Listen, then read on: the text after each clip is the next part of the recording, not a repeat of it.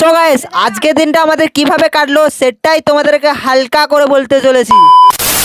আজকে আমার 3 লাখ টাকা দিয়ে ভার্সন 4টা নিয়ে চলে গেছিলাম আদ্রা। আর বেশি দেরি না করে এই তো আদ্রা থেকে যাচ্ছিলাম বাড়ি। আর আমি একটা গান শোনাচ্ছি, শোনো। ওই मैं तो रास्ते पे जा रहा था, कितना लड़की जा रहा था, वो लड़की भी जा रहा था, मैं भी आ रहा था। আচ্ছা গাইস, বেশি গান করলে যদি কপিরাইট মেরে দেয়। আর গাইস, আমি দাঁড়িয়েছিলাম আমার বন্ধুর জন্য। আর তার কিছুক্ষণ পর আমার বন্ধু নিয়ে চলে আসে এই তো ওর শখের সতীনকে। আর কি বেশি দেরি না করে হালকা করে চেপে পড়লাম ওর শখের সতীনের উপরে। তারপরে আমরা চলে এলাম আদ্রার বাজারের সেলুনে। এই তো চাঁদপাড়া মুখটা দেখে নাও আমার একটু। আর গাইস, বিকাল হতে আমরা বেরিয়ে পড়েছিলাম এই তো গলসি যাবার উদ্দেশ্যে। তারপরে আমরা চলে এলাম এই তো খেতুরের পুলে। এই তো গাইস, খেতুরের পুলটা দেখতে পাচ্ছ।